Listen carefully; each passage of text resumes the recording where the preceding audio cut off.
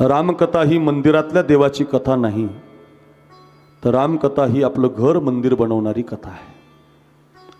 आत्तापर्यंतच्या हजारो कथा तुम्ही ऐकल्या असतील, श्रवण केल्या असतील, पण आत्तापर्यंतच्या कथा एखाद्या वेळेला तुम्हाला तुमच्या घरी घेऊन जाणार नाही। पण या देशातली जी रामकथा आहे ती रामकथा आपल्याला मंदिरात ठेवत नाही, तर मंदिरातली ती कथा आपल्याला आपल्या घरी घेऊन जाते। प्रत्येक व्यक्तीला मानव बनण्याचा अधिकार, प्रत्येक व्यक्तीला साधू बनण्याचा अधिकार, प्रत्येक व्यक्तीला देव बनण्याचा अधिकार ही कथा देते। संसारातल्या प्रपंचाची प्रत्येक उदाहरणातली ही कथा आहे। मंदिरातल्या देवाची कथा तर आपण रोजच पाहतो, रोजच कीर्तनात ऐकतो, पण प्रपंच कसा नेटका केला पाहिजे, परमार्थ आपल्यापासून फार दूर आहे। परमार्थिक बनणं सोपं नाही। परमार्थ कसा करावा लागेल आपल्याला संतांना विचारावं लागेल, नाथ महाराजांकडे आपल्याला पैठणला जावं लागेल, एखाद्या दिवशी आपल्याला देहोला तुकोबारायांकडे जावं लागेल, एखाद्या दिवशी आपल्याला आळंदीला ज्ञानोबारायांकडे जावं लागेल। परमार्थ किती कठीण आहे, भक्ती तो कठीण शुळावरील पोळी,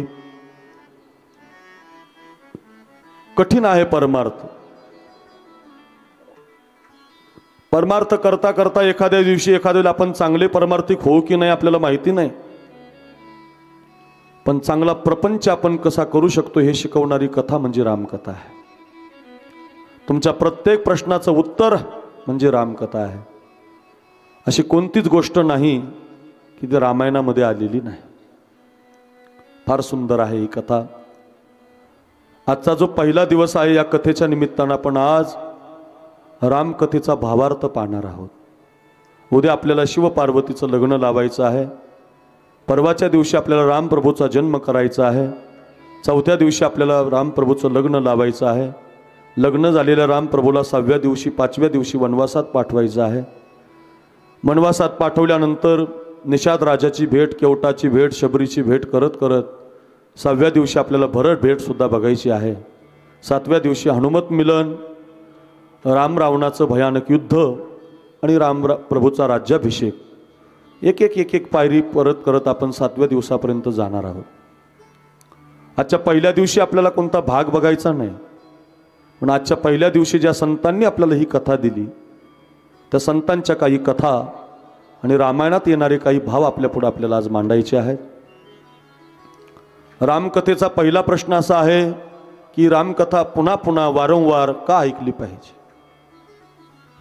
का बरं तीच कथा, तोच दशरथ, तोच राम, तोच लक्ष्मण, तीच कैकेयी, तुमच्या पाठ ही कथा। रामप्रभूच्या वडिलाचं नाव गंगाराम आहे ना? रामप्रभूच्या वडिलाचं नाव गंगाराम, गंगाराम मग दशरथ आहे। वा, रामप्रभूच्या भावाचं नाव लालू आहे, तांदळे महाराज, लालू नाही, सविताताई, लक्ष्मण आहे। प्रत्येकाला माहिती आहे बघा ही कथा। लहान लेकरापासून सगळे बारकावे माहिती नसतील तुम्हाला, भाव माहिती नसतील, अजून त्याच्यामध्ये किती दडलं हे माहिती नसेल तुम्हाला, पण रामकथा माहिती नाही असा एकही व्यक्ती देशामध्ये नाही। प्रत्येक व्यक्तीला माहिती। तुलसीदासजी म्हणतात ही कथा जुनी जरी असती तर ती रोज ऐकली पाहिजे, रोज पाहिली पाहिजे, रोज तिचं चिंतन झालं पाहिजे, कायम ऐकली पाहिजे। पुनी पुनी कीर्तनी हो सुनी सुनाई, पुनी पुनी कीर्तनी हो सुनी रे सुनाई, पुनी कीर्तनी हो सुनी रे सुनाई, पुनी पुनी कीर्तनी हो सुनी हो सुनाई, पुनी पुनी कीर्तनी हो कायम ऐकली पाहिजे, नित्य ऐकली पाहिजे, सारखी ऐकली पाहिजे।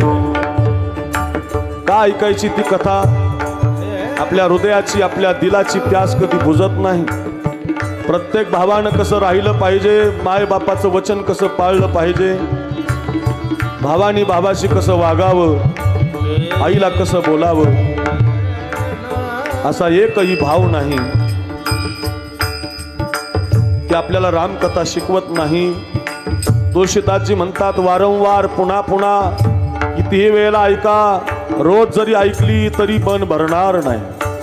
ए दिल की प्यास बुझत न बुझाई, दिल की प्यास बुझत न बुझाई, पुनि पुनि कीर्तन हो सुनी रे सुनाई, पुनि पुनि कीर्तन हो सुनी रे सुनाई, पुनि पुनि कीर्तन हो सुनी रे सुनाई. पुन्हा पुन्हा वारंवार तीच ती कथा, तोच तो राम, तोच तो लक्ष्मण का ऐकली पाहिजे? पहिला प्रश्न आहे. जुनी असणारी कथा, 10,000 वर्षापूर्वीची कथा तुम्ही आम्हाला सांगताय. कालचं वर्तमानपत्र लोक वाचत नाही.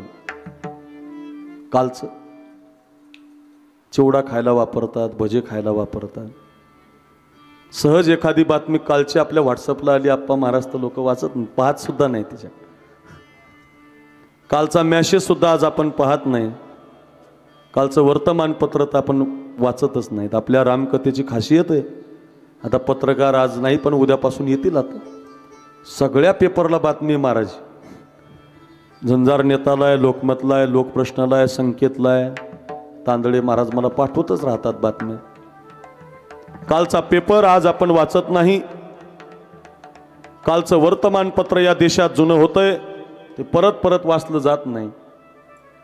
10,000 वर्षापूर्वीची रामकथा अक्रूर महाराज बोलवा, त्याच्या मुखारविंदातून आम्हाला ऐकायची. तुळशीदासजींचे दोहे या सगळ्या गायकाच्या मुखातून आम्हाला ऐकायचेत महाराज. का बरं? का बरं? जुनी कथा तुम्ही का सांगताय? आष्टीच्या बसस्टँडला एक जण पेपर विकत होता. 2 रुपयाचा पेपर होता. पेपर पेपर पेपर पेपर वर्तमानपत्र म्हणत होता, ही एसटी गेली की ती एसटी येत होती, ती एसटी गेली की ही एसटी येत होती. एका एसटीतून एक माणूस उतरला. पेपरवाल्याकडे पाहत होता, तिथं चक्रा मारत होता. पेपर घ्यायचा होता. पोरानंही त्याच्याकडे पाहिलं होतं. गाडी निघाली होती, तेवढ्यामध्ये त्यानं पेपर मागितला. घाई गडबडीमध्ये यांनी पेपर दिला. 2 रुपयाचा पेपर होता. गड्याने 1 रुपया हातामध्ये ठेवला. गाडी निघून गेली. समोरच्या एका मित्रानं पाहिलं, यानं 2 रुपयाचा पेपर 1 रुपयाला विकला. धावतच आला, रे मित्रा, असं कसं चालेल? काय फायदा पेपर विकून? कसा संसार चालायचा? कसं परवडायचं? 2 रुपयाचा पेपर 1 रुपयाला विकवतो, काय काय परवडेल तुला? म्हणला काही परवडत नाही, काही काळजी करू नको. काय झालं म्हणे, बराच वेळापासून हा माणूस इकडून तिकडं चक्रा मारत होता, माझ्या बाजून फिरत होता. माझं लक्ष होतं त्याच्याकडे की हा गर्दीमध्ये गडबडीमध्ये आपला पेपर मागणार आहे आणि त्याचे नक्की कमी पैसे देणार आहे. मी याला ओळखलं होतं, याच्या मनात काहीतरी काळं पांढरं आहे, मी ओळखलं होतं. ऐक ना मित्रा, त्यानं माझ्या हातात 1 रुपया ठेवला. त्याच वेळेला मी 2-4 दिवसाचा पेपर खाली ठेवलेला वर आणून ठेवला आणि जुना पेपर त्याला देऊन टाकला. मी नाही, त्यानं नाही फसवलं मला, मीच फसवलंय त्याला. अर्थात 2 दिवसाचा जुना पेपर जर आपण वाचत नाही, 4-5 दिवसाची बातमी जर आपल्या कानावर आली तर आपण म्हणतो ती जुनी बातमी आहे, तिला फार दिवस होऊन गेले. बातमी कालचीच असते. एवढ्या जुन्या पेपरच्या बातम्या जर तांदळे महाराज, सविता ताई, आप्पा महाराज, पवन महाराज, नामदेव बाबा आपण वाचत नाहीत, कृष्णा महाराज, पण 10,000 वर्षापूर्वीची, 9,000 वर्षापूर्वीची ही रामकथा तुम्ही सांगून आमचा टाइमपास तर करत नाही ना महाराज? आमचा वेळ तर घेत नाही ना महाराज? एवढी जुनी कथा तुम्ही आम्हाला का सांगताय? पहिला प्रश्न आहे. दुसरा एक प्रश्न आहे की या रामकथेचा आमचा काय संबंध आहे? आणि आणखीन एक प्रश्न आहे की ही रामकथा आम्हाला कोणी दिलेली आहे? एका प्रश्नाचं उत्तर पाहूया आपण. रामकथा का ऐकली पाहिजे महाराज? आम्ही तिथं जुनी आहे, फार जुनी आहे, फार प्राचीन आहे. ती काय मागच्या आठवड्यातली कथा आहे का? ती काय 15 दिवसाची कथा आहे का? ती काय 2 महिन्याची कथा आहे का? महाराज 9-10 हजार वर्ष होऊन गेलेत. तरी ती कथा जुनी होत नाही. तुम्ही ती आम्हाला पुन्हा पुन्हा वारंवार का सांगताय महाराज? का आम्हाला प्रवृत्त करताय? का आमचा तुम्ही वेळ घेताय? असा तुमचा जर प्रश्न असेल तर त्याचं उत्तर आहे, रामकथा ही जुनी नाही, रामकथा ही गंगेसारखी आहे. गंगा कधी जुनी होत नाही. बघा, तुम्ही गोदावरीला गेलात, पैठणला, तर ती कधी जुनी होत नाही. कधी आळंदीला गेलात महाराज तर ती गंगा कधी जुनी होत नाही. देहूला कधी गेलात तर ती गंगा जुनी होत नाही. कितीतरी लोकांनी तिच्यावर आंघोळ केलेली आहे. काय पवित्र आहे महाराज गंगा. का फेडीत पापताप, पोकीत तरीचे पादप, समुद्रा जायाप गंगेचे जैसे. ज्ञानेश्वरीमध्ये माऊलींनी वर्णन केले. किती पवित्र आहे. वाचे म्हणता गंगा गंगा, वाचे म्हणता गंगा गंगा, गंगा. आवाज कमी राहू दे, शिट्टू नको बाजू. गंगा गंगा, वाचे म्हणता गंगा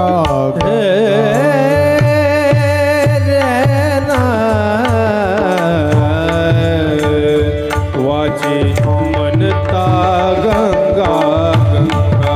वा वा गायक. वाचे म्हणता गंगा गंगा, वाचे म्हणता गंगा गंगा, वाचे म्हणता गंगा गंगा.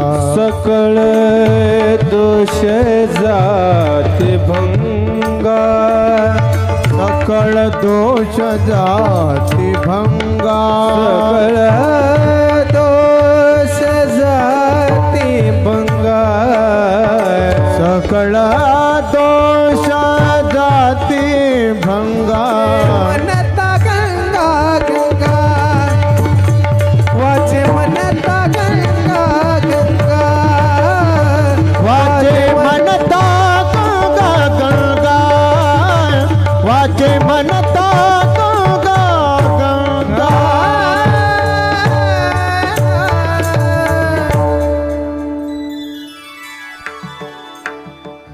गेलात कधी त्र्यंबकेश्वरला तर त्या गोदावरीचं स्नान जरूर करा. पण नाही तुम्हाला जायला वेळ, संत सांगतात घरी आंघोळ करताना शावर लावलाय. आंघोळ करता करता गोदावरी, गंगा, भागीरथी, कावेरी, शरयू जेवढे नावं येतात तेवढे घेत जा. नुसतं गोदावरी गोदावरी जरी म्हटलात बीड जिल्ह्यातल्याने तरी पवित्र करते. बाहेरचं घेऊच नका, गोदावरीच म्हणा. गोदावरी गोदावरी, जिथं गंगा दिसल तिथं हात जोडून म्हणा गोदावरी, तरी पवित्र करते महाराज. नामदेवरायांचं प्रमाणे बरं आहे. वाचे म्हणता गंगा गंगा, सकळ दोष जाती भंगा,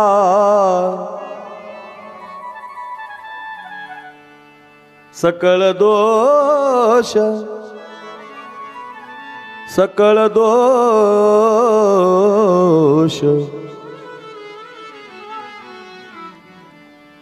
सकळ दोष जाती भंगा, दृष्टी पडता ब्रह्मगिरी. वाचेनं म्हणत असाल तरी पवित्र करत. पुढचं सांगू. कधी पंढरीला गेलात आणि पंढरपूरच्या मंदिरात जायला वेळ नाही, बारी लागायला थांबायला वेळ नाही, गाडीतून फक्त चंद्रभागा डोळ्यांनी बघा. अवघीच तिरीते वेळा, अवघीच तिरीते वेळा, चंद्रभागा डोळा देखनिया, चंद्रभागा डोळा देखनिया. अवघीच तिरीते घडती एक वेळा, अवघीच तिरीते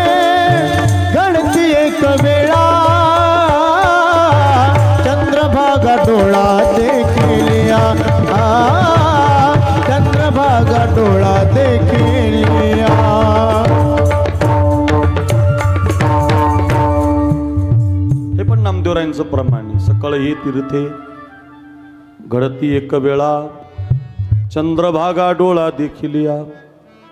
काय गोड आहे महाराज. वाचेनं म्हटलात तरी पवित्र करते, डोळ्यानं पाहिली तरी तुम्हाला तीर्थाचं दर्शन घडवते. पुढचं सांगू, आंघोळ जर केली ना महाराज तर कोणतंच पाप ठेवत नाही. धूत पाप्याचा उगाना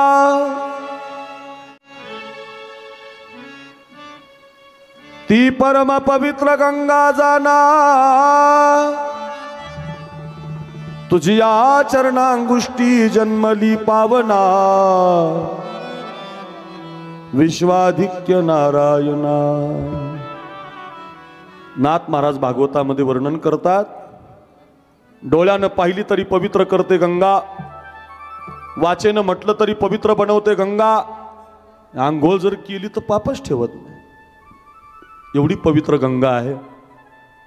गंगा जशी कधी जुनी होत नाही, लाखो लोक त्याच्यामध्ये आंघोळ करतात, लाखो लोकांचा उद्धार करते गंगा, तशी रामकथा ही गंगा आहे, ती कधी जुनी होत नाही. जेवढ्या वेळेला आंघोळ कराल तेवढ्या वेळेला तुमचं मन प्रसन्न होईल. 7 दिवसामध्ये तुम्हाला फक्त 3 तास द्यायचेत आम्हाला. संसारालाच वेळ दिलाय ना आतापर्यंत, रोज तेच करताय, रोज तीच भाजी, रोज तोच भात आहे. फक्त दिवसातले 2:30 ते 5:30 2:30 वाजता या बरं उद्या. माझ्या बहिणींना विनंती आहे सगळ्यांना, आजचा दिवस जाऊ द्या, पण उद्या तुम्ही 2:30ला आल्या पाहिजेत, तरच आनंद मिळेल. नाही तर आम्ही आल्यावर तुम्ही आल्यावर काही मजा नाही. एक एक भाव तुम्हाला मला सांगायचा, एक एक पद मला तुम्हाला सांगायचे. 7 दिवसामध्ये ज्या दिवशी काला होईल त्या दिवशी तुम्ही म्हणाल, महाराज अशी कथा आम्ही कधी ऐकली नाही.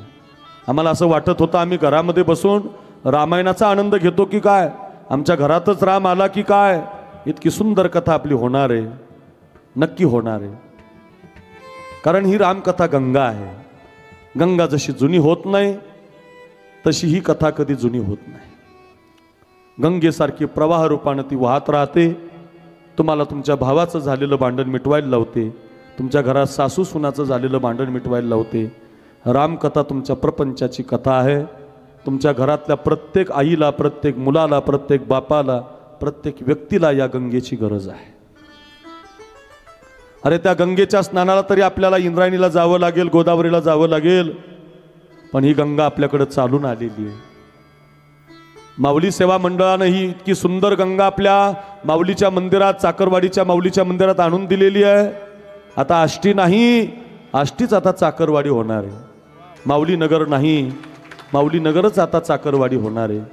एवढी सुंदर गंगा जर आपल्यावर आली असेल तर आपण तिच्यामध्ये स्नान केलं पाहिजे. तिच्यातला एक एक भाव आपण ऐकला पाहिजे.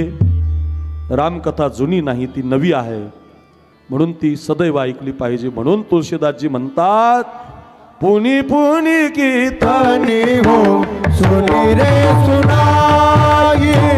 पुनी पुनी कीर्तनी हो सुनी रे सुनाई. पुनी कीर्तनी हो सुनी रे सुनाई. गंगा है पुनी पुनी कीर्तनी हो सुनी रे सुनाई. दिल की प्यास बुझत ना बुझाई.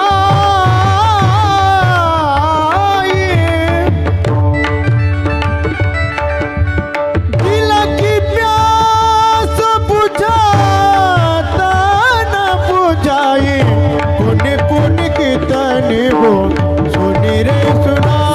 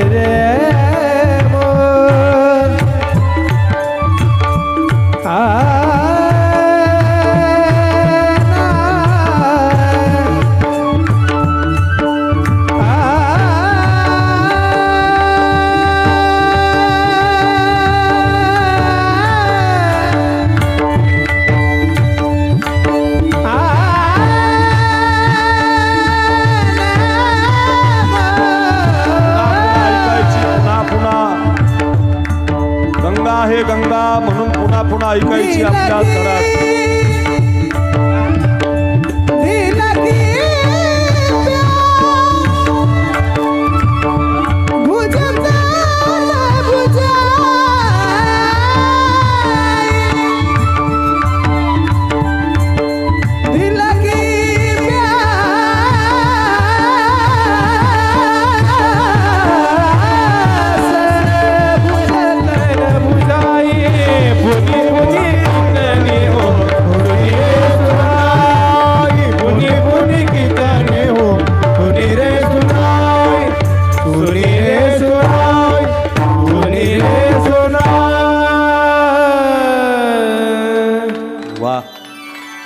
आज पहिलाच दिवस आहे. जुनी कथा आम्ही का ऐकायची ती गंगा आहे. गंगा जशी जुनी होत नाही तशी रामकथा कधी जुनी होत नाही. अजून एक भाव आहे. रामकथा ही चित्रकथा नाही, रामकथा ही शब्दकथा सुद्धा नाही, रामकथा ही दर्पण कथा आहे. एखाद्या वेळेला चित्र फाटून जाईल बघा, एखाद्या वेळेला शब्द पुसून जातील, पण दर्पण फार, आरसा फार महत्वाचा आहे. मी तुम्हाला प्रश्न विचारे सगळ्या माझ्या बहिणींना, तुमच्या घरामध्ये एखाद्या वेळेला मोटरसायकल आहे, तुमच्या सगळ्यांच्या घरी असेल, फोर व्हीलर गाडी पण असेल तुमच्या घरी, पण तुमच्या घरी विमान आहे? विमान? माऊलीनगर ताई, आहे तुमच्या घरी विमान? तुमच्या घरी आहे कुणाचे? ओमा, तुझ्याकडे आहे विमान? विमान असतं तर गाडीने कशाला आलो असतं म्हणावे. मोथाशेठ, विमान नाही. ताई तुमच्याकडं नाही, माझ्याकडं पण नाही. सगळ्याच्या घरात, एखाद्याच्या घरात कूलर असेल, एखाद्याच्या घरात फॅन असेल, एखाद्याच्या घरामध्ये कूलर असेल, काय असेल ते असेल, पण प्रत्येकाच्या घरी तुम्हाला विमान मिळणार नाही. एखादी वस्तू कमी जास्त असेल आपल्या संसारात. पण माझा प्रश्न आहे तुम्हाला, तुमच्यापैकी असं कुणाचं घर आहे की त्या घरामध्ये आरसा नाही? करा बरं हात, माझ्या घरी आरसा नाही असं. बरं, ज्याच्या घरी आरसा आहे त्यांना हात वर करा. ते एकट्यानेच केला म्हणजे तुमच्या घरी नाही का? तुम्ही आरसात पाहून नाही आला आता? फॅरन लवली नाही लावली तुम्ही? हां, मेकअप नाही केला? महाराजच गण लावताना पाहून आलाय तर तुमचं काय? असं एकही घर नाही की त्या घरामध्ये पुरी बाबा आरसा नाही. या आरशाला फार किंमत आहे महाराज. या आरशाला महाभारतात सुद्धा जागा आहे. या आरशाला रामायणात सुद्धा जागा आहे. या आरशाला ज्ञानोबारांच्या ज्ञानेश्वरीमध्ये सुद्धा 7-8 वेळेला हा आरसा आलाय. तांदळे बाबा तुकाराम महाराजांच्या अभंगात सुद्धा हा आरसा आलाय. एखाद्याचा आरसा गरीब असेल, एखाद्याचा आरसा श्रीमंत असेल. काही काहीच्या घरी स्वतंत्र आरशाची रूमच, काय म्हणतात त्याला, ड्रेसिंग रूम, बरोबर? ड्रेसिंग श्रीमंत आहे आरसा. काहीच्या घरातला श्रीमंत आहे आरसा गणेश महाराज, काहीच्या घरातला आरसा गरीब आहे, कुडामध्ये खवल्याला आहे, मागून त्याला कलर दिलेला आहे, षटकोनी आहे, चौकोनी आहे. कुणाचा आरसा गरीब आहे, कुणाचा तरी आरसा श्रीमंत आहे. पण आरसा नाही असं एकही घर या जगामध्ये नाही. आरशाचे दोन गुण आहेत. पहिला मी सांगतो, दुसरा तुम्ही सांगा. आरसा 2 कामं करतो. आरसा 2 गुण दाखवतो. पहिला गुण आहे आरशाचा, आरसा आपल्याला आपला चेहरा दाखवतो. तुम्ही दुसरा सांगा.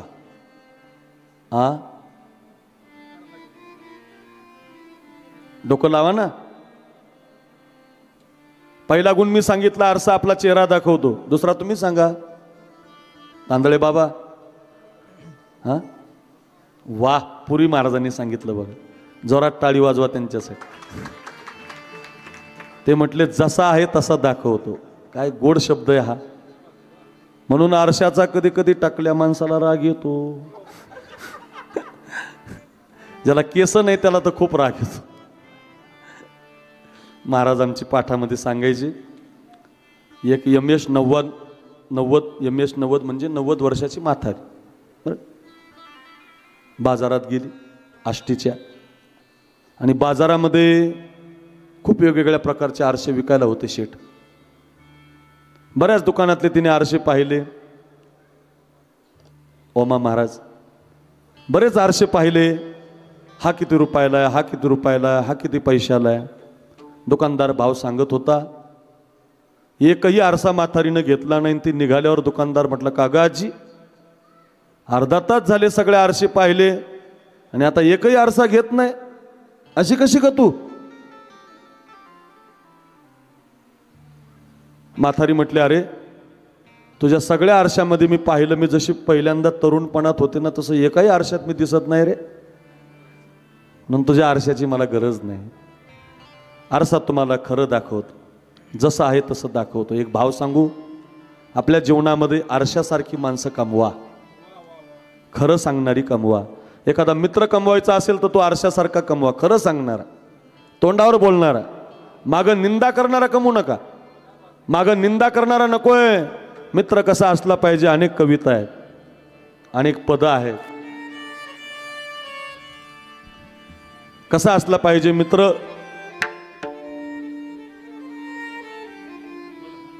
नामदेव महाराज म्हणता, दुःख अडवायला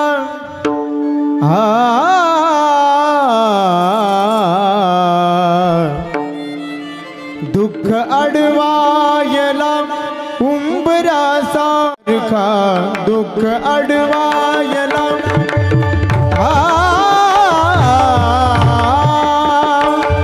दुःख अडवायला उंबरासारखा, दुःख अडवायला उंबरासारखा. मित्रवनव्यामध्ये कारव्यासारखा, मित्रवनव्यामध्ये कारव्यासारखा.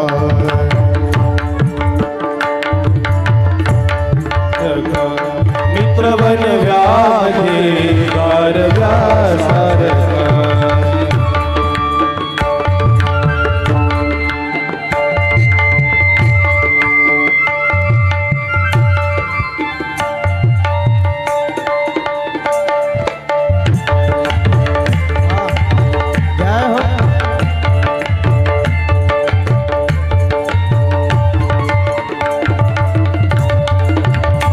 वाट चुकणार नाही जीवनभर तुझी, वाट चुकणार नाही.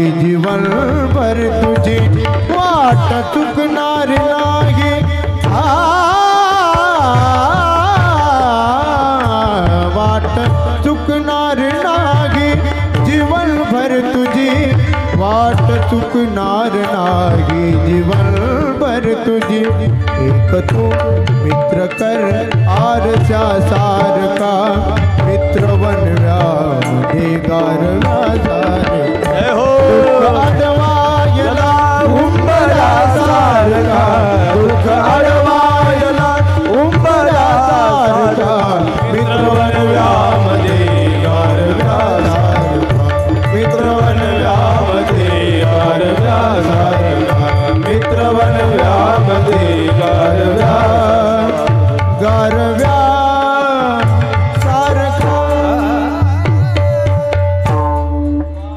वा वा, काय गोड आवाज आहे नामदेव महाराज. तांदळे बाबा किती सुंदर गातायत मंडळी. वा. दुःख अडवायला उंबऱ्यासारखा, मित्रवनव्यामध्ये गारव्यासारखा, मित्रवनव्यामध्ये गारव्यासारखा. आत्महत्या कुणी करणार नाही. जर चांगला मित्र असेल, जीवाचा जीवलग असेल, त्याला जर तुम्ही दुःख सांगितलं तर तुमचं आलेलं संकट निघून जाईल. मित्र आरशासारखा असला पाहिजे, मित्र सच्चा असला पाहिजे, मित्र खरा असला पाहिजे. मित्राची फार गरज आहे. या जगात आता सच्चे मित्र भेटत नाही. फसवणारीच मित्र आहेत, डुप्लिकेट मित्र आहेत, पैसे झाले की काम झालं की निघून जाणारी मित्र आहेत. मित्र आरशासारखा असला पाहिजे, त्यानं तुम्हाला कायम रस्ता चांगला दाखवला पाहिजे. तुम्ही चुकत असाल तर तुम्हाला चांगल्या वळणाला त्यानं आणलं पाहिजे. मित्राची फार गरज आहे दादा. हो, मित्र आरशासारखा असला पाहिजे, कायम लक्षात.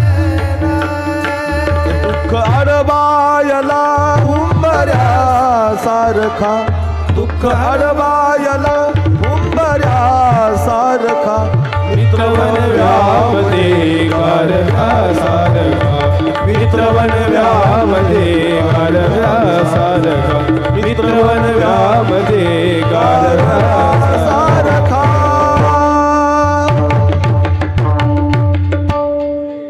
खूप सुंदर आहे. भाव आपला असा आहे, आरसा फार महत्वाचा आहे. गरीब असू द्या श्रीमंत असू द्या, प्रत्येकाच्या घरामध्ये जसा आरसा आहे, आरशाचे 2 गुण आहेत. आरसा तुम्हाला चेहरा दाखवतो, जसा आहे तसा दाखवतो. आरसा रामायणात सुद्धा आलाय. आरसा तुकोबारायांनी सुद्धा सांगितलाय कसा आहे तो आरसा. झाले दर्पणाचे अंग, झाले दर्पणाचे अंग, झाले दर्पणाचे अंग, झाले दर्पणाचे अंग, झाले दर्पणाचे अंग, झाले दर्पणाचे अंग, झाले दर्पणाचे अंग, झाले दर्पणाचे अंग. जासी त्याचा दावी रंग, जासी त्याचा दावी रंग, झाले दर्पणाचे अंग, झाले दर्पणाचे अंग, झाले दर्पणाचे अंग, झाले दर्पणाचे अंग, झाले दर्पणाचे अंग, झाले दर्पणाचे अंग, दर्पणाचे अंग, दर्पणाचे अंग. तुकोबारायांचा अभंग आहे, झाली दर्पणाचे अंग, ज्याचा त्याशी दावी रंग.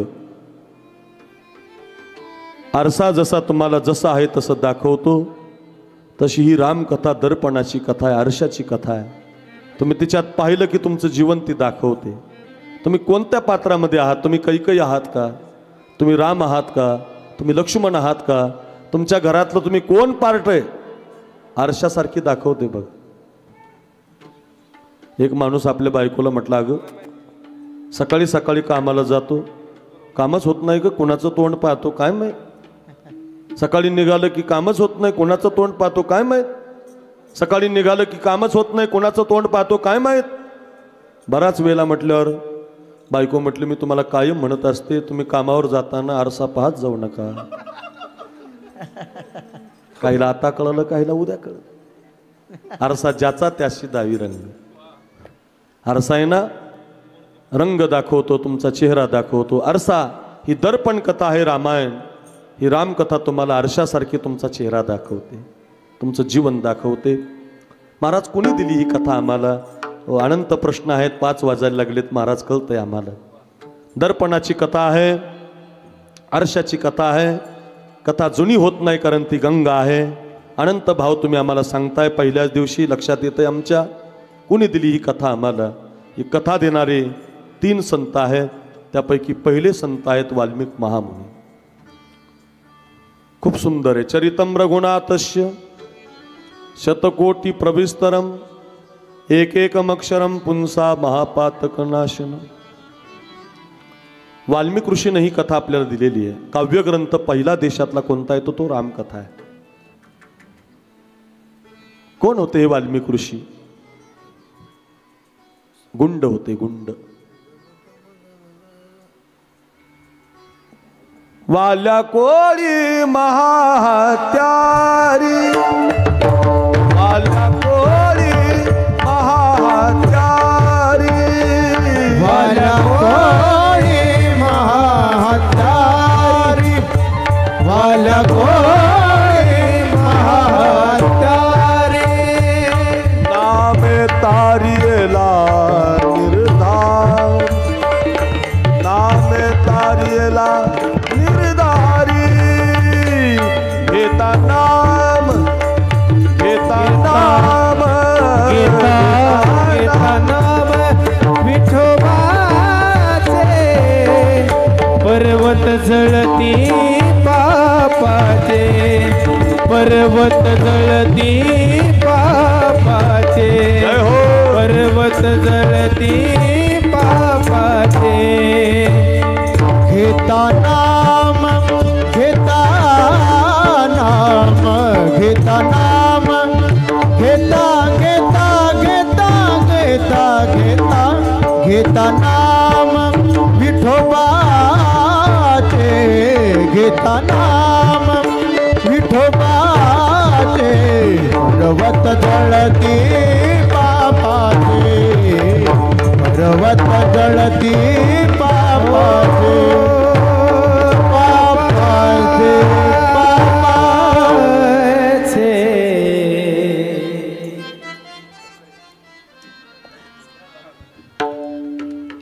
वाल्या कोळी महाहत्यारी संतांनी वर्णन केलंय. रस्त्यानं जाणारे माणसं अडवायचा, नुसता अडवत नव्हता, मारून टाकायचं. माणसं मारून टाकायचा आणि ते मारलेल्या माणसाच्या नावाने एक खडा रानामध्ये टाकायचं. असे 7 रांजण. कधी आळंदीला माऊलीच्या सोहळ्यात गेला तर वाल्ले नावाचं गाव लागतंय. डोंगरावर ते रांजण तुम्हाला आजही पाहायला मिळतात. आपल्या घरातल्या रांजणासारखे नाही, ते उंच उंच अशी रांजणे डोंगरातले साक्ष देतात. ते आपल्याला आजही माणूस मारला की खडा टाकायचा, माणूस मारला की खडा टाकायचा, अशी कित्येक माणसं मारली होती त्या वाल्या कोळ्यानं. एक दिवस त्या रस्त्यानं त्या वाल्या कोळ्याचा उद्धार करण्यासाठी संतांचं आगमन झालं. साधू संत येती घरा, तोची दिवाळी दसरा. नाही तर मग साधू संत येते घरा, दाऱ्या खिडक्या बंद करा, असं नाही. साधू संत येते घरा, तोची दिवाळी दसरा. नारद महर्षीला सुद्धा त्या वाल्या कोळ्याने अडवलं. म्हणे, थांब रे राजा, थांब रे बाबा, कुठं निघालास? नारद महर्षीचं आपलं चालू होतं, नारायण नारायण श्रीमन्नारायण नारायण नारायण नारायण नारायण नारायण नारायण नारायण. म्हणा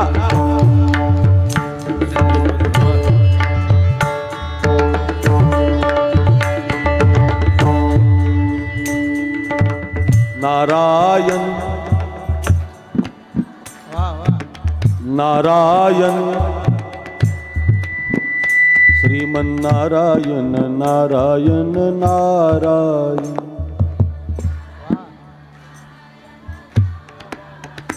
टाळी.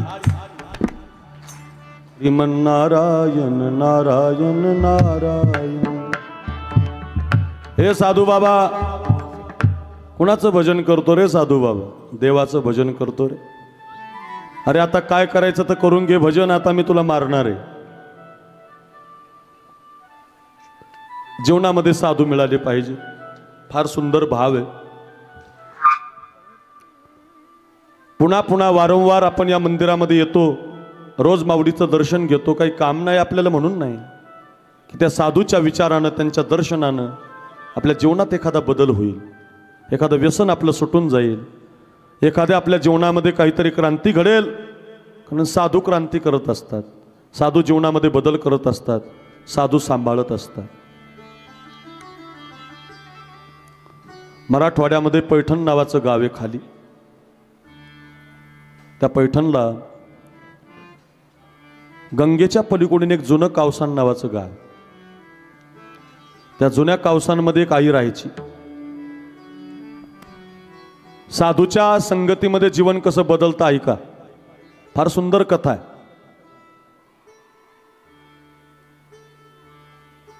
आई बिचारी कोणाच्या तरी घरचं काम करायची, 10 रुपये 5 रुपये 20 रुपये कमवायची, आपल्या पोराला शिकवायची. पोरगा काही शाळेत जात नसायचा, आईचं ऐकत नसायचं. अशी खूप मुलं आहेत.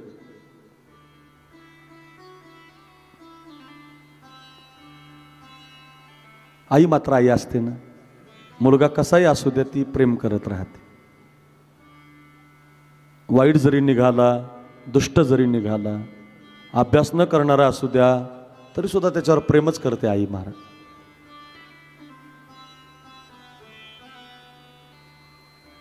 ती माय रोज आपल्या लेकराला शिकवायची, पण पोरगा शिकत नसायचं.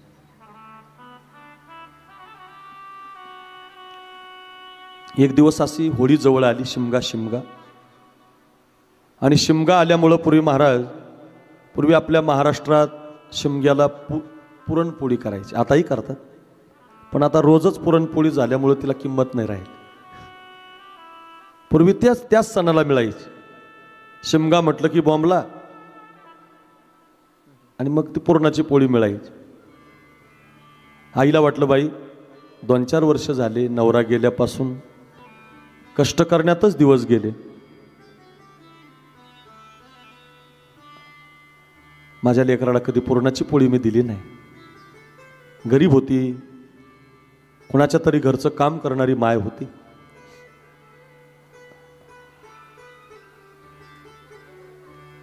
म्हणून त्या शिमग्याच्या दिवशी, होळीच्या दिवशी बाबा मागा मोलाची डाळ आणली, कोणाच्या तरी करी काम केलं आणि आपल्या एकुलत्या एक बाळाला पुरणाची पोळी करून दिली. पूर्वी महाराज त्यानं ती पोळीच कधी खाल्ली नव्हती, पुरणाची कधीच खाल्ली नव्हती. पुरणपोळी त्याला माहितीच नव्हती. त्याला एकच पदार्थ माहिती होता, बेसन भाकर. बेसन भाकर, बेसन भाकर, बेसन भाकर. बदललं तर भाकर बेसन, भाकर बेसन, भाकर बेसन. काहीला हे पण उद्या कळेल. एकच माहिती होतं त्याला, बेसन भाकर, बेसन भाकर. बदललं तर भाकर बेसन. आईनं पुरणाची, तुमच्याकडे पुरणाची पोळी करतात ताई, तुम्ही करता? जुन्या आजींना फार चांगली येते ती, नतनीवाली आजी ना ती, आडवं कुंकू लावली, नतनी चहा प्याताने अशी वर धरावं लागते.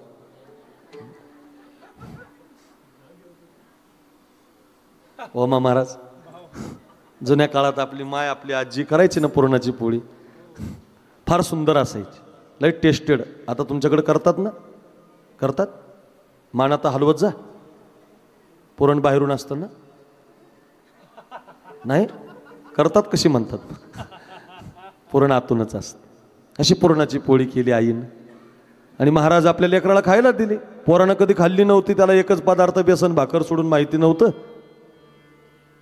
पुरणाची पोळी मिळाली, एवढी आवडली महाराज त्याला. फार भाव सुंदर आहे ऐका. एवढी आवडली, एवढी आवडली. आई आई काय म्हणतात ग याला? अरे म्हटले राजा, याला पुरणाची पोळी म्हणतात. किती ग छान केली आई, किती ग मस्त केली आई, किती ग गोड केली आई. आई अशी रोज का नाही करत ग आपल्याला? आई म्हटली बाळ्या, अरे एकच दिवस करायची तर 4 दिवस गेले रे माझे. एकच दिवस करायची तर माझे किती दिवस गेले. मला महागा मोलाचं काम करावं लागलं, लोकांच्या घरचे भांडे घासावं लागले राजा. दुसरा दिवस उजाडला. सकाळपासून पोरानं आईला हट्टच केला, आई हे आई आई आई, काल जशी पुरणाची पोळी केली तशी दे ना मला आज. आई हे आई दे ना, हे आई दे ना. आईनं पुन्हा मैत्रीण गाठली, सखूबाई ठकूबाई. पुन्हा डाळ आणली, पुन्हा शिजवली. इतका हट्ट पाहून आईनं दुसऱ्या दिवशी पण दिली. लेकराचा हट्ट पुरवणारी फक्त मायेची हो महाराज, कोण आहे हो तिच्यासारखं महाराज. ज्याला नाही त्याला विचारा, ज्याची आई गेली ना त्याला विचारा. सकाळी मी श्रीरामपूरला कीर्तन केलं, त्या पोराची आई गेली होती. मी कीर्तनात आई सांगत होतो, पोरगा हंबरडा फोडून रडत होता. 12 वाजता मी निघालो, कीर्तन संपल्यावर तर माझ्या गळ्यात पडून रडायला लागला, बाबा आता तुम्ही माझी आई बना बरं. ज्याला आई नसते ना त्याचं जीवन फार दुःखी आहे महाराज. आपण भाग्यवान आहात, आपली आई आहे, फार प्रेम करते ना महाराज, फार प्रेम करते. पुढे आता येत राहतील विषय, कौशल्या येणारे, जानकी येणारे, खूप आई येणारे पुढे आता उद्यापासून. ऐका, दुसऱ्या दिवशी पण आईनं पुरणपोळी करून दिली. तिसरा दिवस उजाडला, तिसऱ्या दिवशी पण दिली. चौथा दिवस उजाडला, चौथ्या दिवशी पण दिली. आई पुरणपोळी, आई पुरणपोळी, आई पुरणपोळी. मुथाशेठ आता 5 दिवस झाले पुरणपोळीच पोरगा खात होता. आई आता रडायला लागली, आता कुठून देऊ बाई याला. 5 दिवस दिली, आता माझ्या जवळची सामुग्री संपली, आता कुणाला मागू, आता कुणाकडून घेऊ, आता द्यायला राहिली नाही. रडायला लागली. समोरून एक गृहस्थ चालले होते. त्या गृहस्थानं पाहिलं की माय का रडते. विचारणा केली, आई का रडता. काही नाही म्हटले, बघा दादा, माझा पोरगा रोजच पुरणाची पोळी मागतो, माझी काही परिस्थिती नाही, कुठून दिली पाहिजे. असं का, एक काम करा म्हटले, आपल्या गंगेच्या पलीकडून पैठण नावाचं गाव आहे, त्या पैठणमध्ये नाथ महाराजांचा वाडा आहे, जा त्यांच्या वाड्यावर, नाथ महाराज देतील पोळी. पटलं व बाईला. बाईनं पेटी भरली. आम्ही सगळे आळंदीची मंडळीत बघा. मी 1999ला आळंदीला गेलो होतो मी शिकायला. पेटी भरूनच गेलो होतो. काही नव्हतं पेटीमध्ये. 2-3 ड्रेस होते, धोतर होतं, नेहरू होतं, ज्ञानेश्वरी होती, गाथा होतं. द्यायलाही काही नसायचं. आळंदीला सोडून आला होता बाप, 5 वर्ष काही भेटायला आला नाही. तो तुझं कसं राहायचं तर बघ म्हटलं. आताचा बाप फोन करूस तर महिन्यालाच जायला लागला. त्यामुळे पोराला बापाची किंमत नाही, शिक्षणाची किंमत नाही. नुसती कथा ऐकू नका. लय महाराज भारी बोलतात, काय ते गायक गातात, काय सुंदर भाव आहे, त्याच्यासाठी नाही, घरी घेऊन जायचंय तुम्हाला. काय टाइमपास म्हणून या लोकांनी गोळा करून वर्गणी करून नाही आपल्यासाठी कथा ठेवली. मग तुम्ही सगळ्यांनी मदत करताय, सगळे एकत्रित येत आहे, याच्यातला एखादा भाव आपल्या घरी घेऊन जायचा आपल्याला शिकण्यासाठी ना. रामकथा गंगा आहे ना, दर्पणाची कथा आहे ना, मग एक एक भाव घरी घेऊन जा. नाथ महाराजांच्या वाड्यावर आई पोहोचली. ती पेटी, ते बाळ पाहिलं. आमच्या आप्पा महाराजांची संस्था आहे. 100 विद्यार्थी आले यावर्षी. कालच एक 10 विद्यार्थी आमच्या गावाकडून आले. पोरगा आला की मग महाराज म्हणतात या या या या या संस्थेत आलात. आमच्या संस्थेचे काही नियम असतात. काय नियम आहे.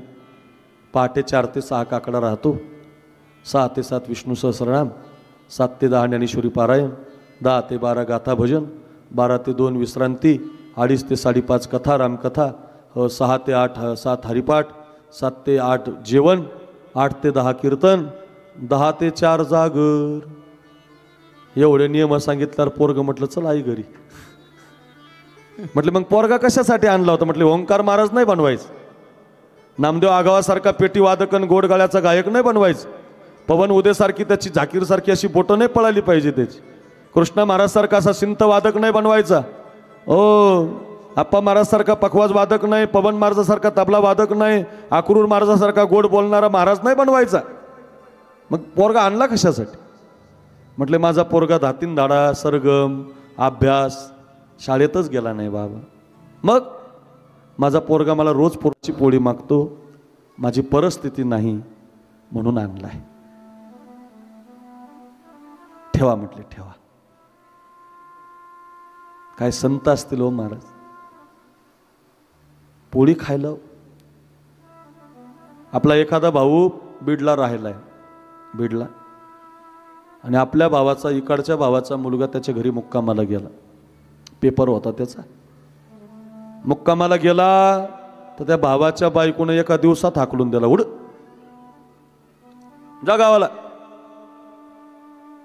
एक दिवस जर मुक्कामी आपल्याकडे भावाचा पोरगा आला तर आपण एक दिवस सहन करू शकत नाही.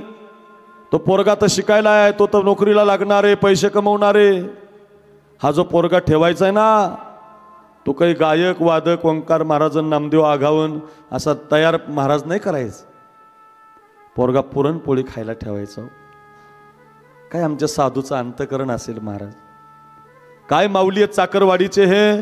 हजारो लोकांना रोज अन्नदान आहे. हो, महाराष्ट्रात हजारो तीर्थक्षेत्र आहेत, हजारो साधू आहेत, पण महाराष्ट्रात एकच चाकरवाडी आहे. कधी जा जेवायला आहे, 24 तास जेवण आहे.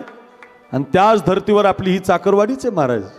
तांदळे महाराज, खूप आनंद वाटतो. इथं 10,000 लोक आता जेवण करणार आहेत 2-4 दिवसात. महाराज म्हटले बाबा खूप गर्दी राहील तुम्हाला.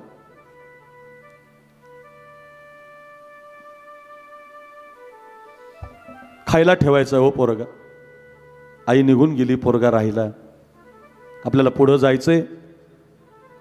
गावरान तुपाच्या 2 पुरणाच्या पोळ्या नाथ महाराज देवाला नैवेद्याला करायचे. त्या गावरान तुपाच्या 2 पुरणाच्या पोळ्याचं ताट आता त्या पोराकडे दिलं. त्यानं ते ताट घ्यायचं, मंदिरात जायचं, मागची साईड देवाला नैवेद्य दाखवायचा, आधी मागची बी साईड गाठायची आणि पोळी खायची. एकच काम त्याला, खाया.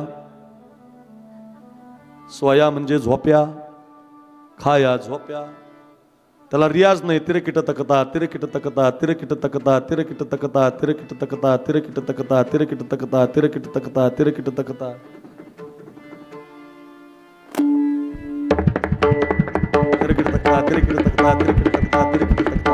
बोले बोल. तिरकिट तकता तातुंगा कडधेता. त्याला असले बोल नाही.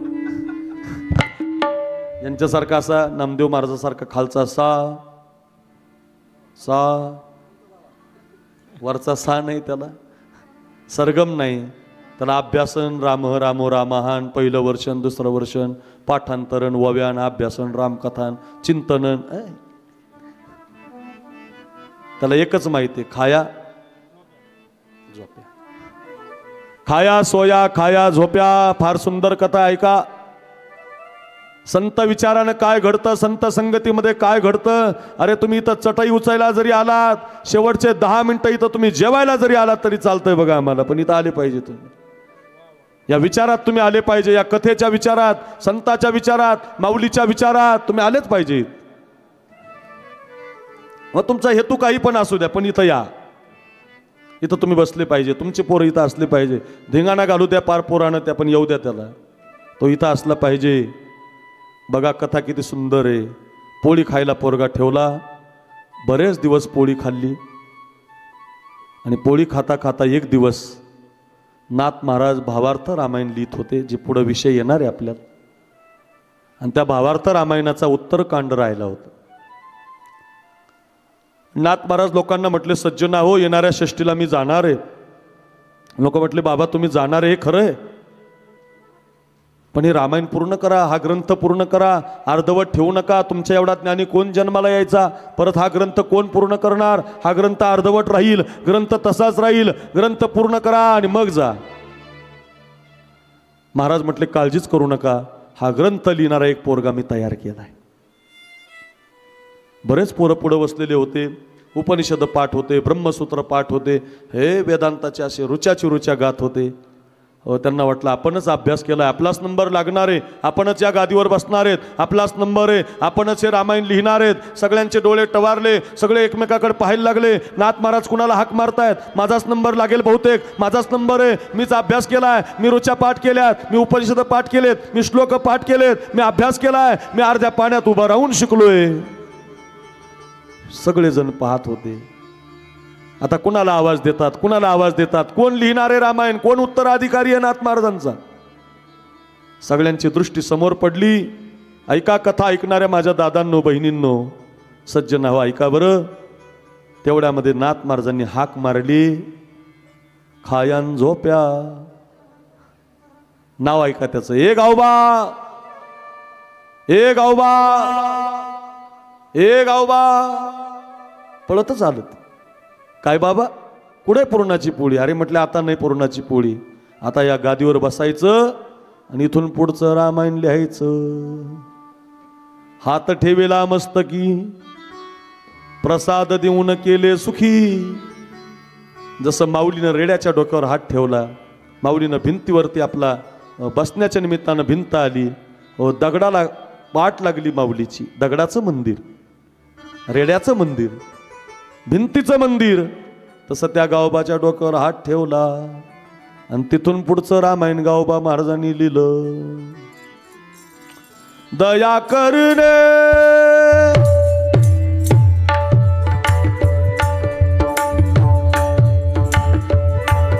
दया करणे जे पुत्रासी, तेची दासानी दास. जासी अपंगिता नाही, त्यासी धरी जो हृदय.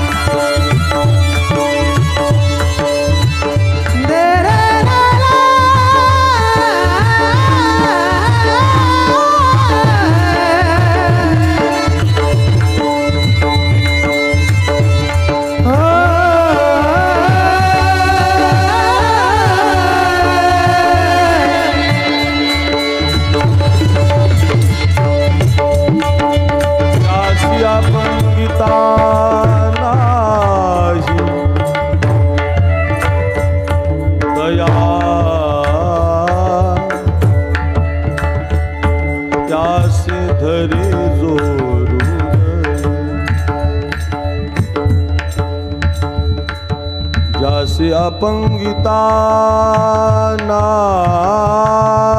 नाही रे,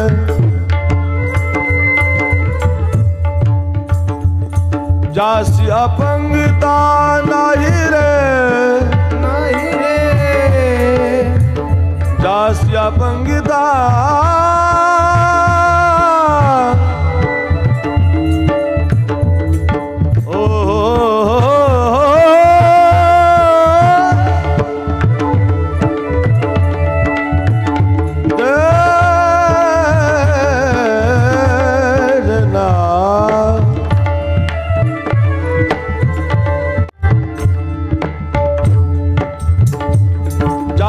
अपंगिता नाही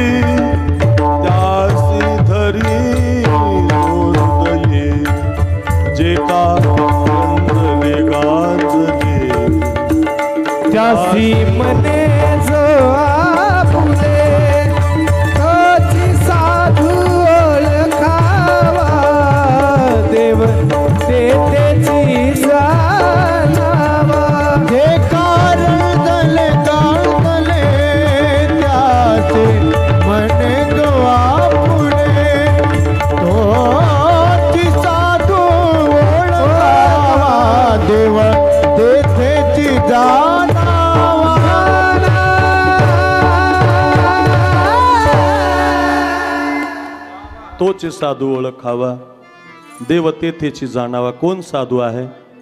जे कारंजले गांजले त्यासी म्हणे जो आपुले. पोळी खाण्याच्या निमित्तानं आलेला गावबा रामायणाचा लेखक होतो, नवे नवे साधू होतो. तसंच झालेलं आहे.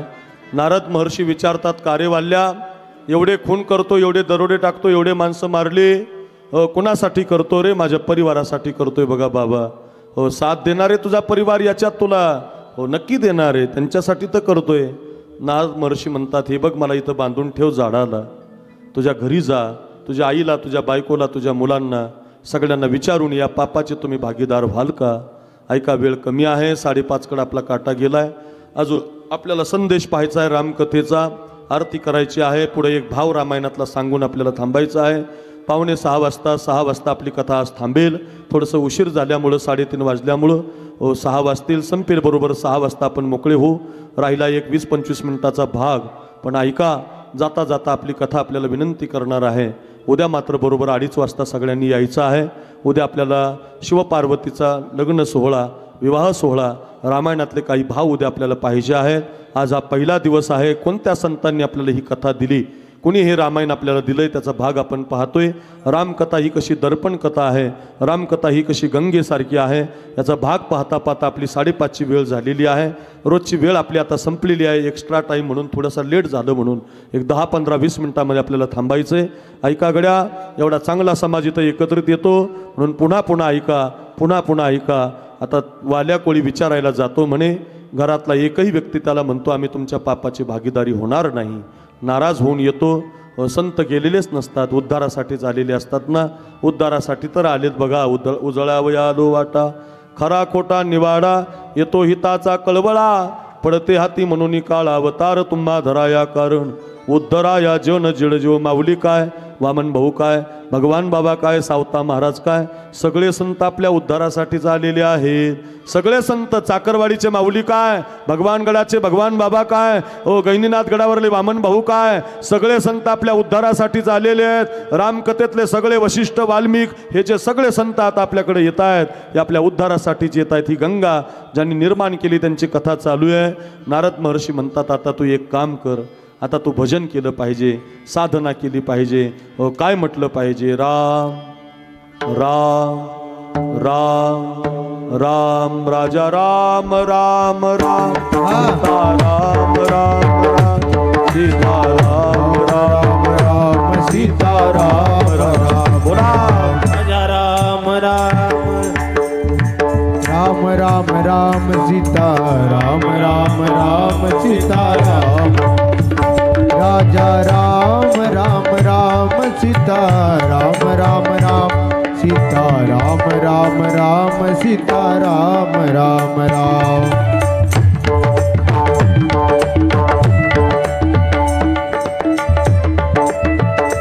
सीताराम, हे राजा राम राम राम, सीताराम राम राम, राजा राम राम राम, सीताराम राम राम. राजा राम राम राम, सीता राम राम राम, सीता राम राम राम, सीता राम राम राम. राजा राम राम राम, सीताराम राम राम, राजा राम राम, सीताराम राम.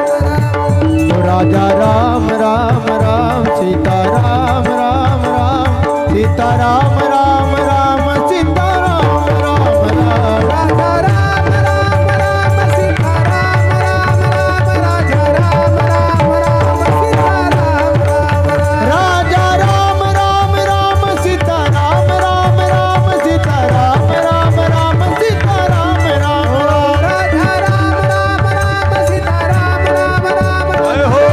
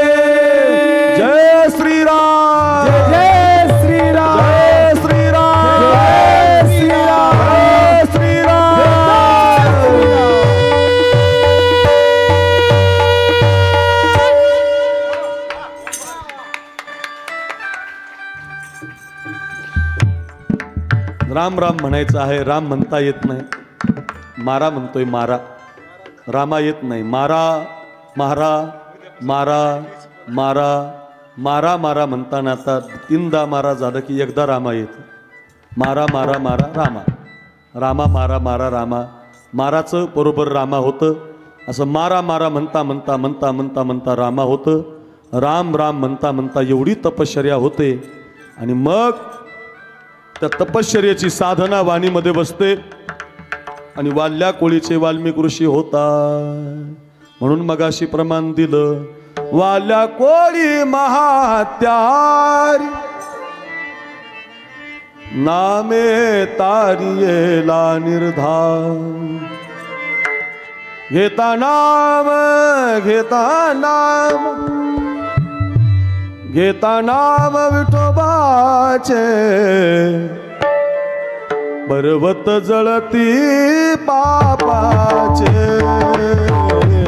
पर्वत जळती पापाचे, पापाचे पापाचे. इथून आपली कथा सुरू झाली होती. राम राम राम भजन म्हणता म्हणता उद्धार होतो, वाणी पवित्र होते. आणि आता त्या वाणीला लिखाण करण्याची इच्छा होते, काव्य स्फुरलं जातं. आणि ते काव्य वाल्मिकजी लिहितात, तोच ग्रंथ आहे रामायण. बोलिले वाल्मिक तैसाची करीन, वर्तोनी दाविन नामा म्हणे, वर्तोनी दाविन नामा म्हणे. वाल्मिक ऋषी जो ग्रंथ आपल्याला देतात तो काव्य ग्रंथ म्हणजे रामायण आहे. आणखीन एक ही कथा आपल्याला महाराष्ट्रात नाथ महाराजांनी दिलेली आहे, तिला भावार्थ रामायण म्हणतात. आणि आणखी एक जणांनी ती कथा दिली, ती कथा आपल्याला तुळशीदासी महाराजांनी दिलेली आहे. 5 मिनिटांमध्ये त्यांची कथा सांगायची आणि आजच्या कथेला पूर्ण विराम द्यायचा. कोणी दिली कथा, उद्यापासून ती कथा आपल्याला पाहिजे आहे. कोणत्या साधूनं दिली, त्यांचं नाव तुळशीदासजी आहेत. 5 मिनिटं ऐका. व त्यांच्या आईचं नाव हुलसी आहे. ऐका ऐका. तुळशीदासजींचा जन्म झाल्याबरोबर हुलसी मातेच्या पोटी तुळशीदासजी जन्माला येतात. त्यांचं नाव तुळशी ठेवलं जातं. आणि तुळशी महाराज जन्माला आल्याबरोबर 2 गोष्टी घेऊन येतात. जन्माला आल्याबरोबर ते रडत नाहीत, जन्माला आल्याबरोबर ते राम राम म्हणतात आणि दात घेऊन जन्माला येतात. दात घेऊन येतात बघा, म्हणून अपशकुन मानतात वडील. घर सोडून निघून जातात, वडील निघून जातात. आई मात्र तुळशीदासजींचा सांभाळ करते. काही दिवसांनी आईसुद्धा मरून जाते. अनाथ होतात तुळशीदासजी. आणि तुळशीदासजी अनाथ झाल्यावर, ऐका, तुळशीदासजी आता अनाथ झाल्यावर एका झाडामध्ये माऊलीसारख्या मंदिरामध्ये राहतात. कोण असतंय अनाथाला महाराज? उद्यात पुन्हा सविस्तर आपण तो भाग पुढे पाहू. अनाथाला कोण असते? अनाथ म्हणून एका मंदिरात राहतात. एक साधू त्या मंदिरामध्ये मुक्काम करतात, आपल्या माऊलीसारखेच असतात. आणि मुक्कामी आलेले ते साधू, ऐका ऐका, त्या साधू त्या तुळशीदासजींचा चेहरा ओळखतात. विचारतात, का रे राजा, कुठं आहेत रे तुझे आई वडील? बाबा गरीबाला कशाचे आई वडील? अरे म्हणजे मग मी अनाथ आहे बाबा, येशील का आमच्या बरोबर? येशील का आमच्या बरोबर म्हटल्याबरोबर साधू तुळशीदासजी महाराजांना घेऊन जातात. तुळशीदासजींना ते आपल्या आश्रमामध्ये नेतात. आश्रमामध्ये नेल्यानंतर त्यांना न्यायशास्त्र शिकवलं जातं. अनेक ग्रंथ शिकवले जातात. यदा यदा हि धर्मस्य धर्मक्षेत्रे कुरुक्षेत्रे गीता शिकवली जाते. हो, या देवीदास महाराज हजारो ग्रंथाचं पारायण करून घेतलं जातं. न्याय शिकवला जातो. हजारो ग्रंथ तुळशीदासजींच्या जीवनामध्ये होतात. पुढे या, इकून या. आणि अशी तुळशीदासजी आता न्याय अनेक ग्रंथ शिकल्यानंतर गुरु आज्ञेनं संसाराला लागतात. रत्नावली नावाची पत्नी मिळते त्यांना. तुळशीदासजींच्या आईचं नाव लक्षात ठेवा, हुलसी आहे. आणि तुळशीदासजीच्या पत्नीचं नाव आहे रत्नावली. रत्नावलीबरोबर लग्न होतं. लग्न झाल्यावरती तुळशीदासजी रत्नावलीवर फार आसक्त होतात. सारखं संसारामध्ये गुंतून जातात. खूप प्रेम करतात आपल्या बायकोवर. खूप खूप सुंदर असते रत्नावली, फार छान असते दिसायला. रत्नावलीवर मोहित होऊन जातात. ग्रंथाचा अभ्यास विसरून जातात आणि सारखं आपल्या प्रपंचामध्ये रम्मान होतात. सारखं पत्नी सारखी बायको मोहित होतात, आसक्त होतात. एक दिवस काहीतरी कामाच्या निमित्तानं रत्नावली माहेरी जाते. तेवढा सुद्धा विरह तुळशीदासजींना सहन होत नाही. माहेरी जाते म्हणून माझी पत्नी कुठं गेली आल्यावर विचारतात. तर तुमची पत्नी माहेरी गेलेली आहे असं ज्यावेळेला कळतंय त्यावेळेला तुळशीदासजी आपल्या पत्नीच्या माहेराकडे निघतात. ऐका, वेळ कमी आहे. तुळशीदासजींची कथा सांगून आपल्याला थांबायचं आहे. रामकथेचा संदेश घ्यायचा आहे. आरती होईल, पसायदान होईल आणि मगच आपली जागा सोडायची आहे. हो, 10-5 मिनिटं राहिलेत आपले. माझ्याकडे बघा. ऐका रे माझ्या दादांनो, ज्या साधून आपल्याला कथा दिली, नाथ महाराजांचं चरित्र आपण गावबाच्या रूपानं पाहिलंय. ज्या साधून आपल्याला कथा दिली, त्या वाल्मिक महामुनीचं चरित्र आपण पाहिलंय. एवढी रामचरित मानस आपल्याला कोणी दिलंय? त्या तुळशीदासजींची कथा आपल्याला 2 मिनिटांमध्ये ऐकायची. ऐका ऐका, सुंदर आहे कथा. रत्नावली माहेरी गेलेली असते. खूप धो जोराचा पाऊस पडत असतो. इतका पाऊस येतो, नद्या नाल्या एकत्रित होतात. पाऊस खूप जोराचा असतो. पूर आलेला असतो नदीला. आणि मग आता तुळशीदासजी नदी अलीकडच्या काठाला येतात. पाहतात तर माझ्या पत्नीचं माहेर पलीकडच्या काठाला आहे. आता काय केलं पाहिजे? तेवढ्यामध्ये एक होडी दिसते. होडीमध्ये बसतात. माझ्या पत्नीनेच माझी व्यवस्था केली, नक्की रत्नावलीनं माझी व्यवस्था केली असं समजतात. आणि त्या होडीमध्ये बसून पलीकडच्या काठाला जातात. पलीकडच्या काठाला जातात तर 2 मजली इमारत आहे. दुसऱ्या मजल्यावरती रत्नावली राहिला आहे. दुसऱ्या मजल्यावरती कशानं गेलं पाहिजे? बघ ना, हाच माझ्या रत्नावलीने दोर बांधून ठेवलाय. माझी किती वाट पाहते माझी रत्नावली. म्हणून दोराचा आधार घेऊन तुळशीदासजी वरच्या रूममध्ये जातात. वर गेल्यानंतर तुळशीदासजी दरवाजा वाजवतात. एवढा रात्री कोण आलं म्हणून रत्नावली दरवाजा उघडते. पाहते तर माझं सौभाग्य आहे, माझं कुंकू आहे. आणि कुंकवाला पाहून आश्चर्यचकित होते. कसे आलात तुम्ही स्वामी? कसे आलात तुम्ही स्वामी? कसे आलात तुम्ही स्वामी? बघ ना, एवढ्या पावसात आलात तुम्ही स्वामी? एवढ्या कष्टामध्ये आलात तुम्ही स्वामी? कशानं आलात स्वामी तुम्ही? किती पाऊस पडतोय? तुळशीदासजी म्हणतात, तूच का नाही माझ्यासाठी होडी ठेवली? तूच का नाही माझ्यासाठी ती नाव ठेवली? पाहायला जातात तर ती नाव नसते. ते एक प्रेत असतं. प्रेतावरती बसून आलेले असतात. वर कशाने चढलात स्वामी तुम्ही? तूच नाही का माझ्यासाठी दोर बांधून ठेवला? पाहायला जातात तर दोर नसतो. तो एक महासर्प असतो. कालिया नागासारखा मोठा नाग असतो. आता मात्र रत्नावलीला खूप राग येतो, क्रोध येतो. एवढे सुद्धा तुम्ही आसक्त आहात स्वामीजी? माझ्या सौभाग्याला जर आज काही झालं असतं, एखाद्या वेळेला तुम्ही पुरात बुडून गेला असतात, एखाद्या वेळेला हा सर्प जर तुम्हाला चावला असता स्वामी, तर आज माझं सौभाग्य जिवंत राहिलं नसतं. रागाच्या भरामध्ये, ऐका, रागाच्या भरामध्ये आता तुळशीदासजीला ती रत्नावली काही उपदेश करते. खूप राग येतो रत्नावलीला. रत्नावली रागाच्या भरात म्हणते, मालक स्वामी, ज्या कातड्यावर तुम्ही प्रेम करताय ते कातड जाणार आहे. हो, ज्या ज्या शरीरावर तुम्ही प्रेम करताय हे शरीर नाश का आहे? काय प्रेम करताय तुम्ही माझ्यावर? जर कदाचित एवढा कष्ट, एवढा प्रयत्न, एवढं जर प्रेम तुम्ही माझ्या पांडुरंगावर केलं असतं, माझ्या प्रभूवर केलं असतं, माझ्या मालकावर जर केलं असतं ना, तर कदाचित माझा देव तुमच्यावर प्रसन्न झाला असता. प्रभू, मालक, माझ्या रंगामध्ये काय रंगता? माझ्या सौंदर्याला काय भुलता? माझ्या सौंदर्यावर तुम्ही फिदा आहेत स्वामी. माझ्या सौंदर्यावर, माझ्या दिसण्यावर तुम्ही खुश आहेत. अहो, आम्हाला बनवणारा किती सुंदर असेल प्रभू, आम्हाला बनवणारा किती सुंदर असेल. लक्षात ठेवा स्वामी, तुम्ही देवासाठी जर एवढा प्रयत्न केला असता. अधरम मधुरम नयनम मधुरम वदनम, अधरम मधुरम वदनम मधुरम नयनम मधुरम हसितम हृदयम मधुरम गगनम मधुरम मधुरम गगनम मधुरम हृदयम मधुरम गगनम मधुरम हृदयम मधुरम गगनम मधुरम मधुराधिपतेरखिलं मधुरं मधुराधिपतेरखिलं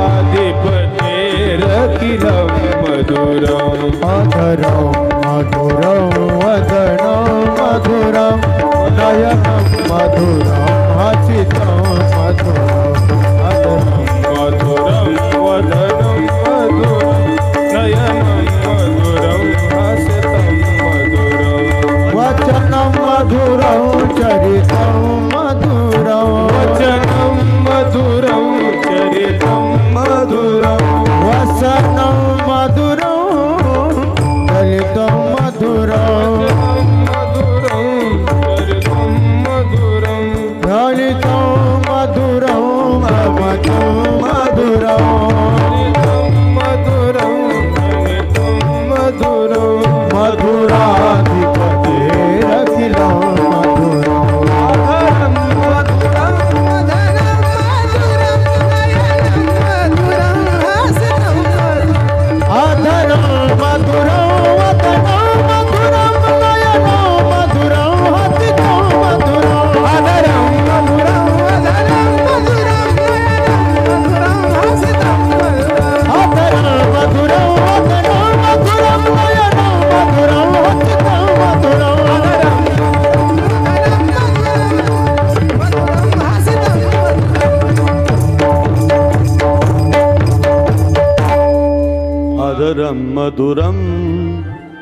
वदनं मधुरं नयनं मधुरं हसितं मधुरं.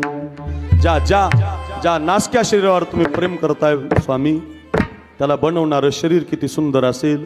भगवंताचा तुम्ही प्रयत्न केला पाहिजे. उपदेश कोणीही करू द्या, उपदेश ऐकला पाहिजे. उपदेश तो आपण उद्या पाहू. पत्नीचा उपदेश तुळशीदासजी मानतात आणि पत्नीचं ऐकून काशीला निघून जातात. इतकं भजन करतात, एवढं नामस्मरण करतात. बजरंगबलीची कृपा होते, रामरायाची कृपा होते. 1630ला रामायण लिहायला सुरुवात करतात. रामचरित मानस या ग्रंथाला नाव आहे. सागरासारखा आहे, अथांग आहे, विशाल आहे. त्याच्यातला एक एक भाव उद्या येणार आहे. आणि त्या तुळशीदासजीनं पत्नीचं ऐकून भजन केलं. कोण म्हणतं ऐकू नये पत्नीचं? नक्की ऐकलं पाहिजे. काय काय ऐकलं पाहिजे? उद्याच्या भागात आपण त्याची सुरुवात करणार आहोत. आपली वेळ आता संपलेली आहे.